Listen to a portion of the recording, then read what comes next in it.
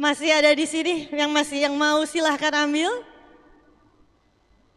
Satu orang satu ya, jangan ngambil dua ya. Ini kayaknya cowok-cowok yang suami-suami silakan duduk. Terima kasih, kasih tepuk tangan dulu. Masih ada yang mau silakan. Kayaknya para suami-suami yang hari ini kemarin lupa ngasih, nggak beliin buat istrinya, bisa ngambil dan dikasih ke istrinya.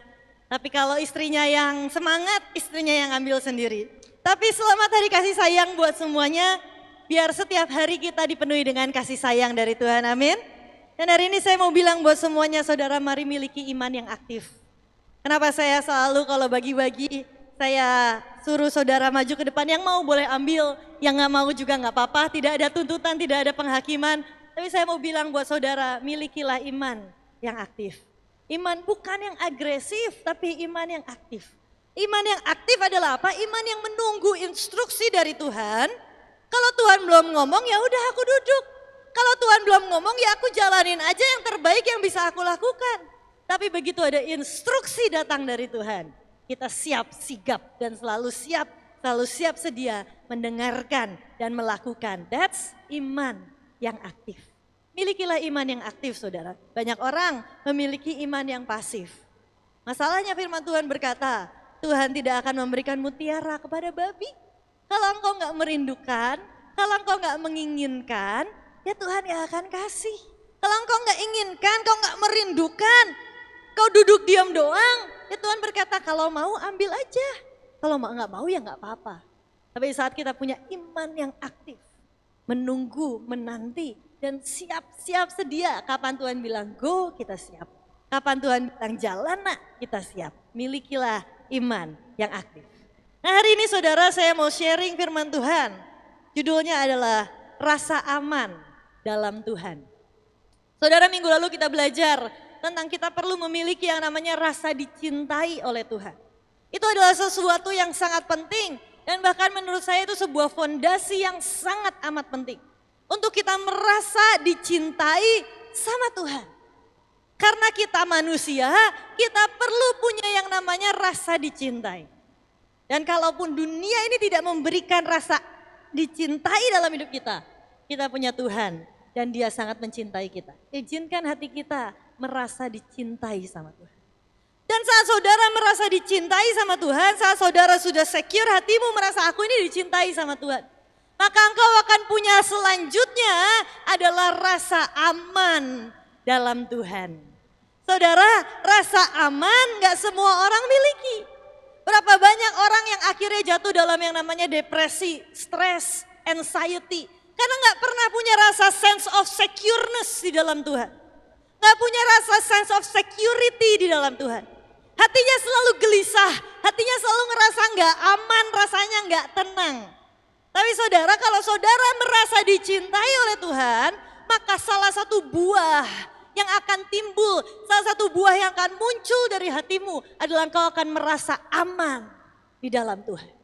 Bahkan di tengah badai, bahkan di tengah hal yang paling mengerikan sekalipun, kau akan punya rasa aman di dalam Tuhan. Lihat saat Yesus hari itu di tengah badai, di tengah perahu, semua murid-muridnya khawatir. Semua murid-muridnya berkata, Tuhan ini aku harus gimana, Yesus harus gimana. Yesus tidur karena dia punya rasa aman, secure.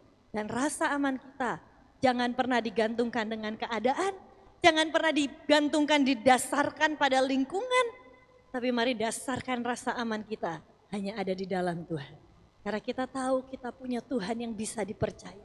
Kita tahu kita punya Tuhan yang bisa diandalkan. Ada lagunya yang berkata, satu-satunya yang ku andalkan, satu-satunya yang ku percaya.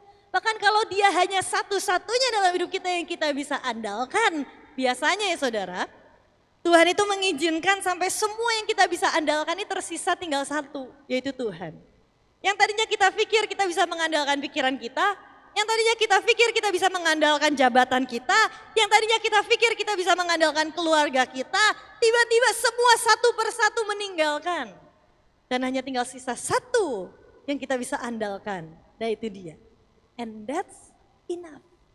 Yesus itu lebih dari cukup buat setiap kita. Kalaupun kita hanya punya satu yang bisa kita andalkan, Yesus itu cukup.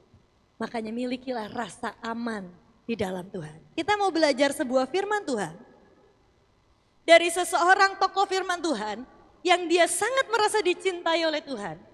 Dan dia pun berbuahkan rasa aman di dalam Tuhan. Namanya siapa? Namanya adalah Daud. Saudara, kita bisa belajar setiap kali ada pesan Tuhan ya saudara. Kita akan selalu belajar the do's and the don'ts. Apa yang kita harus lakukan dan apa yang jangan kita lakukan. Saudara, kalau mau belajar orang yang tidak punya rasa aman dalam hidupnya, lihat Saul. Saul adalah contoh orang yang gak pernah punya rasa aman dalam hatinya. Bahkan jabatan tertinggi sudah dia punyai pun, sudah dia miliki pun, tetap dia gak punya rasa aman di hatinya. Begitu orang-orang bernyanyi, Saul mengalahkan beribu-ribu, Daud mengalahkan berlaksa-laksa, panas hatinya. Karena dia gak secure, hatinya gak aman dalam Tuhan. Dia gak meletakkan rasa amannya di dalam Tuhan. Dia letakkan rasa amannya dalam jabatan, dia letakkan rasa amannya dalam posisi, dan saat posisinya terancam, rasa amannya pun goyah dan hilang dari hatinya.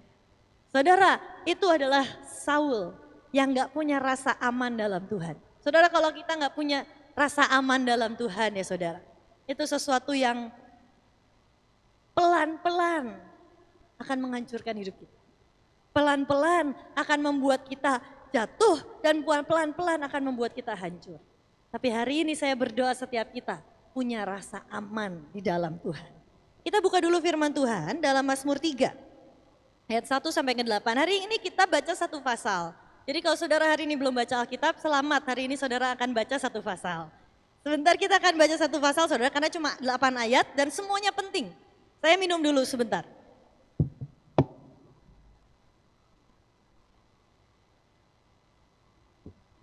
Mazmur 3 ayat 1 sampai 8. Saudara, inilah Mazmur yang ditulis saat Daud sedang menghadapi musuh. Judulnya nyanyian pagi dalam menghadapi musuh. Yang musuhnya sebenarnya adalah anaknya sendiri, Absalom.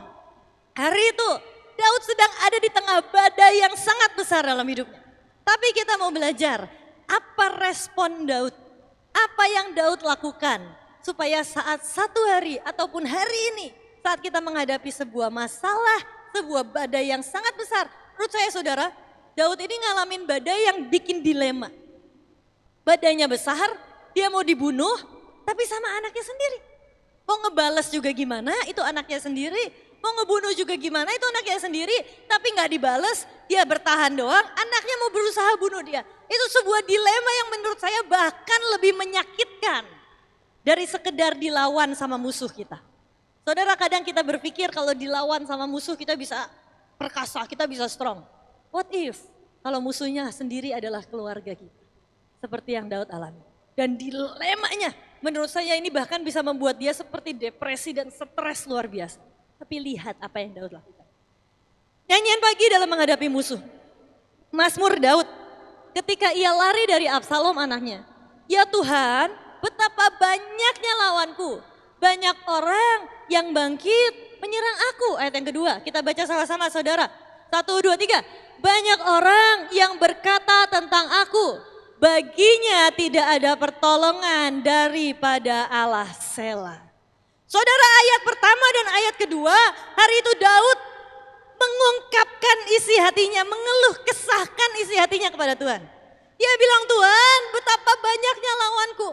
Ya Tuhan, betapa banyak orang yang menyerang aku. Isinya ceritanya komplain, ngedumel, keluh kesahnya dicurahkan di hadapan Tuhan. Boleh gak? Boleh.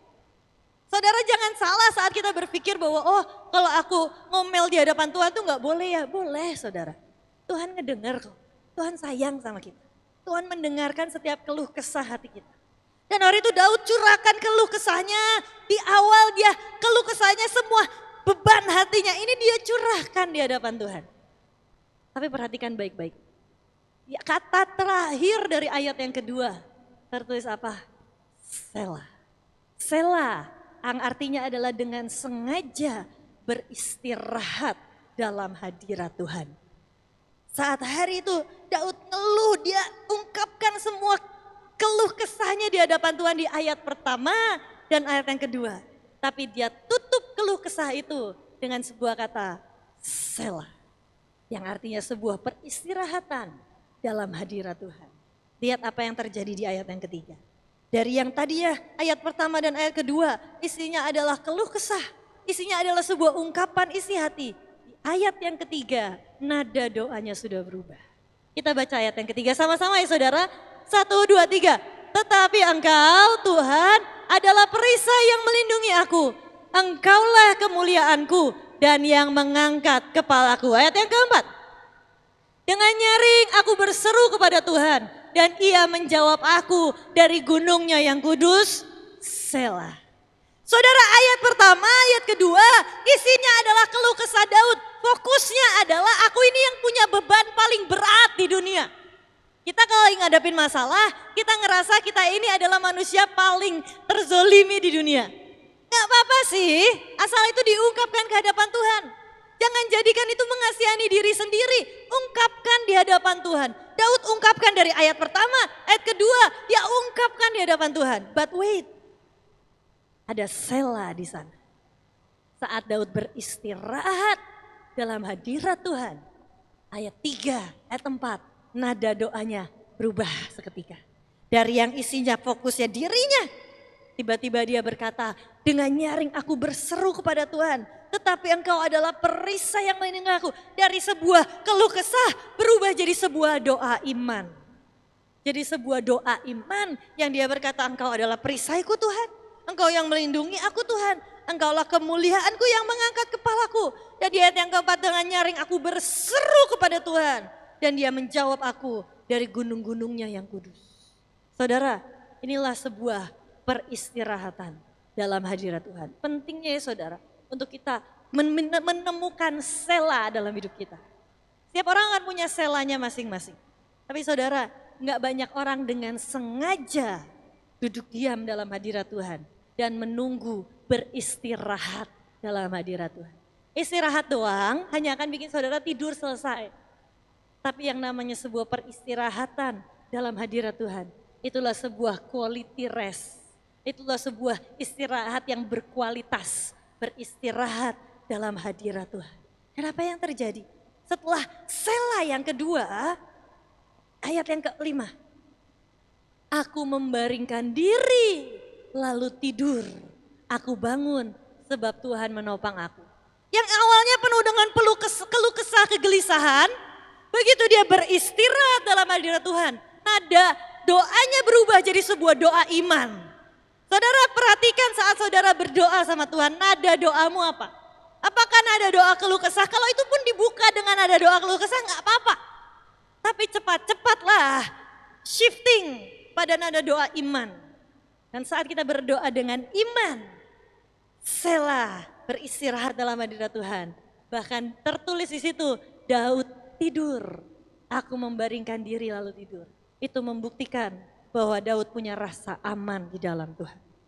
Saudara, orang yang gak punya rasa aman dalam Tuhan, kalau ngadapin masalah gak bisa tidur.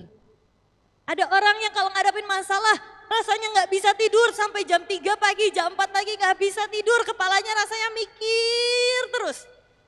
Tapi salah satu bukti orang bisa menyerahkan masalahnya di hadapan Tuhan adalah apa? Bisa tidur. Saudara, berapa banyak di tempat ini yang kalau ngadapin masalah tidak bisa tidur, saudara? Boleh angkat tangan, kita jujur di hadapan Tuhan. Gak ada di sini semua kalau masalah tidur pulus semua, kebo semua. Semua kalau misalnya ngadapin masalah ada yang gak bisa tidur, ada juga yang justru malah tidur, beda-beda. Tapi lihat, Daud membuktikan dia punya rasa aman di dalam Tuhan. Baik keduanya, dia membaringkan diri lalu tidur, dia bangun, sebab Tuhan menopang aku katanya. Daud punya dua-duanya. Dia enggak tidur-tiduran doang. Tapi dia pun tahu aku aman di dalam Tuhan. Miliki rasa aman di dalam Tuhan. Saat hari itu Daud, lanjut ayat yang ke-6. Aku tidak takut kepada puluhan ribu orang yang siap mengepung aku. Ayat yang ke-7. Bangkitlah Tuhan, tolonglah aku. Dari tadinya doa permohonan, ini doa keluh kesah, doa iman permohonan. Dan dia tahu bahwa Tuhan akan bangkit menolong dia. Ya Tuhan, ya Allah, Engkau telah memukul rahang semua musuhku dan mematahkan gigi orang-orang fasik. Dari yang tadinya iman cuma bilang Tuhan tolong. Tapi sampai satu titik setelah Sela, dan dia berkata aku aman di dalam Tuhan. Dan di situ ditulis bahkan engkau telah memukul rahang semua musuhku dan mematahkan gigi-gigi orang fasik. Dia berkata engkau telah, padahal belum saudara. Saya yakin itu baru satu malam. Tuhan belum bertindak secepat itu. Tapi dia dengan iman, dia berkata engkau telah memukul kala rahang setiap musuhku. Dan ayat yang ke-8, dari Tuhan datang pertolongan, berkat-Mu atas umat-Mu, Selah. Saudara, hari ini saya mau bilang buat setiap kita miliki rasa aman di dalam Tuhan. Kenapa? Karena ada sebuah kata yang berkata seperti ini dan saya sangat setuju. Peace is not the absence of trouble, but the presence of God. Damai, rasa aman, itu bukan karena tidak ada masalah. Damai atau rasa aman dalam hidup kita, damai sejahtera, rasa aman, rasa tenang dalam hidup kita, itu bukan karena gak ada masalah. Tapi karena kita tahu kita bersama dengan Tuhan, kehadirannya membuat kita merasakan rasa aman. Dari ayat pertama sampai ayat ke-8, Daud masih dikejar-kejar sama Salomo. Dari ayat pertama sampai ayat ke-8 masih belum ada perubahan dari sisi musuhnya. Tapi apa yang terjadi? Daud cuma berkata, Tuhan, aku bisa tidur karena aku aman dalam Engkau. Aku bisa bangun karena Engkau menopang aku. Ada rasa secure dalam hatinya di hadapan Tuhan. Saudara, saya mau kasih sebuah cerita, saudara. Saya ini punya engkong yang saya tahu dia sangat mencintai saya. Saya punya engkong yang saya tahu dia sangat menyayangi saya. Dan saya percaya dengan engkong saya karena saya kenal sama engkong saya. Jadi entah kenapa setiap kali saya pergi sama engkong saya ini ngerasa aman. Mau ngadepin masalah kayak apapun saya gak khawatir. Karena saya tahu saya bersama dengan engkong saya. Dan engkong saya gak akan menerlantarkan saya aman bersama dengan engkong saya. Pernah sesekali kita pergi ke Papua pelayanan, saya nemenin engkong saya pelayanan. Saya cuma nemenin doang hari itu, pelayanan saya adalah nemenin engkong saya. Siapin baju engkong saya, siapin Alkitab engkong saya, itu pelayanan saya. Saya temenin gandeng engkong saya kalau naik tangga, kalau turun tangga meskipun kecil begini saudara, engkong saya besar, saya tahu juga sebenarnya sedikit tidak berguna. Kalau gelundung juga saya ikut gelundung bareng saudara, tapi saya nemenin engkong saya. Saya nemenin engkong saya, waktu itu kita pergi ke Manokwari. Kita pelayanan. Dan waktu itu tiba-tiba ada orang bilang, nanti sore, nanti malam kita gak ada makanan loh. Nanti malam kita gak ada makanan, kita gak tahu mau makan apa. Hari itu saudara, tidak ada sedikit pun rasa khawatir di hati saya. Saya bilang tenang, pasti engkau punya jalan keluar. Saya gak khawatir sedikit pun. Padahal orangnya bilang nanti sore kita gak ada makanan. Makanannya habis, udah dibagi-bagi ke jemaat kita gak ada makanan. Tidak ada sedikit pun rasa khawatir di hati saya. Karena saya tahu saya aman bersama dengan engkau saya. Dan benar, waktu saya bilang kong katanya gak ada makanan. Katanya di hotel kita gak ada makanan, ya sudah gak apa-apa. Kita jajan aja di mana kita cari makanan. Ada makanan. Saudara, satu waktu kita lagi ada sebuah acara kayak pasar murah pesta rakyat di Monas waktu itu. Mungkin sudah sekitar 15 tahun yang lalu. Lagi ada kayak pesta rakyat di Monas dan hari itu kita bagi-bagi sembako buat 500.000 orang. Di Monas saudara, 500.000 orang. Dan hari itu saudara, di tengah 500.000 orang bagi-bagi roti, bagi-bagi sembako. Dan itu yang namanya orang-orang yang dibagi sembako tiba-tiba jadi anarkis saudara. Dari yang tadinya mereka ngantri baik-baik sampai akhirnya mereka sangat anarkis, takut gak kebagian.